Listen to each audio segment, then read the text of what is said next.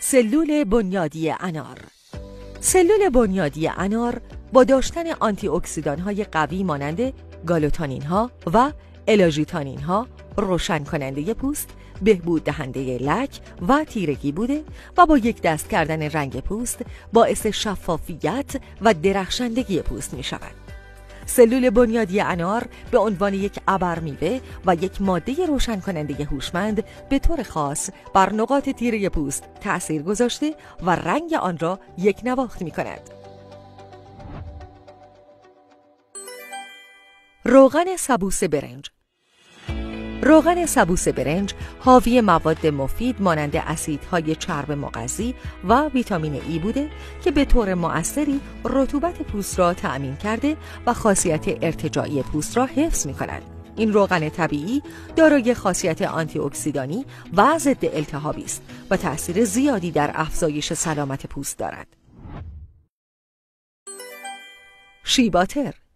شیباتر یک روغن منحصر به فرد سرشار از مواد فعال مانند ویتامین‌های آ، ای و آلانتوئین است.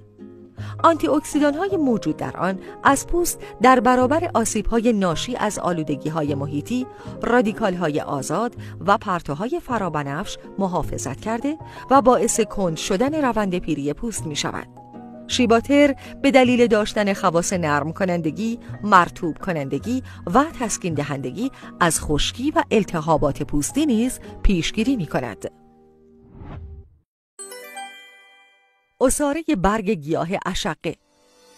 عصاره اشقه یا پیچک عصاره است که دارای خواص آنتی اکسیدانی بوده و قابض منافذ پوست است. همچنین رطوبت پوست را حفظ کرده و مانع از خشکی پوست می شود. این عصاره هر گونه خارش یا قرمزی را تسکین داده و به عنوان یک ضد التهاب عمل می کند.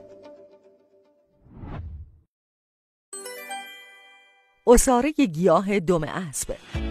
عصاره گیاهی دم اسب یک عصاره طبیعی است که خاصیت تسکین دهنده و ضد التهاب دارد.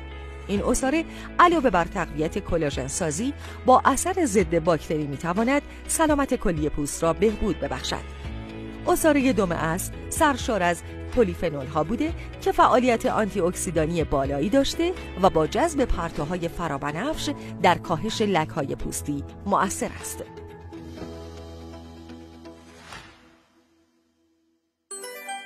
عصاره برگ جینکو بیلوبا. عصاره برگ جینکو بیلوبا به دلیل خواص آنتی اکسیدانی، ضد التهابی و بازسازی کننده شناخته شده است.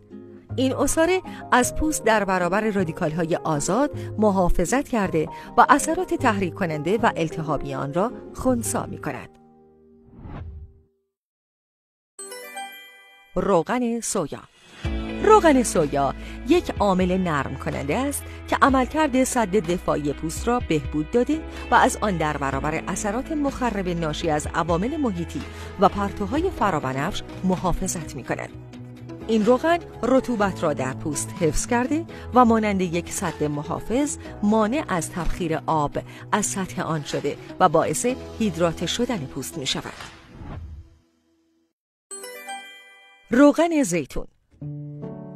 روغن زیتون حاوی آنتی اکسیدان‌هایی مانند ویتامین‌های ای، آ، دی و کا و رتینول است. آنتی اکسیدان‌ها مولکول‌های رادیکال آزاد ناپایدار را از بین برده و به کاهش علائم پیری کمک می‌کنند.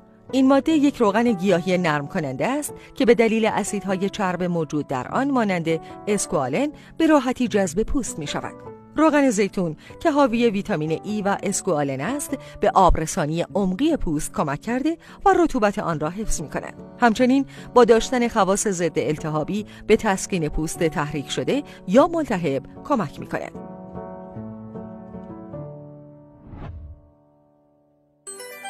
روغن جوانه گندم. روغن جوانه گندم سرشار از ویتامین‌های ای، آ، دی و کا و مقادیر قابل توجهی از اسیدهای چرب و مواد معدنی است. همچنین این روغن سرشار از ویتامین B6 بوده که به نام پیریدوکسین شناخته می‌شود. این ویتامین برای داشتن پوستی سالم ضروری است، زیرا کمبود آن می‌تواند باعث پوسته شدن یا خشکی پوست شود. این روغن مغذی دارای خاصیت آنتی اکسیدانی بوده که برای بازسازی پوست‌های آسیب دیده و جلوگیری از پیری پوست بسیار مناسب است. روغن گل همیشه بهار. روغن کلندولا یا گل همیشه بهار سرشار از فلانوئیدها و کاروتنوئیدها است که به اثرات ضد التهابی و آنتی اکسیدانی آن کمک می‌کند.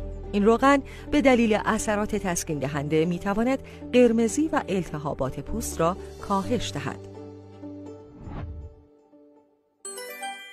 رتینیل پالمیتات. ویتامین آ یا رتینیل پالمیتات حاوی آنتی اکسیدان بوده و خاصیت جوانسازی قوی دارد. رتینیل پالمیتات نقش مهمی به عنوان یک ماده فعال ضد پیری دارد. این ویتامین در بازسازی سلول‌های پوستی مؤثر بوده، مانع از تخریب کلاژن شده، خاصیت ارتجاعی پوست را افزایش داده و از روند پیری جلوگیری می‌کند. آسکوربیل پالمیتات. آسکوربیل پالمیتات یا ویتامین C آنتی اکسیدان قوی بوده و می‌تواند علائم پیری پوست را بهبود بخشد.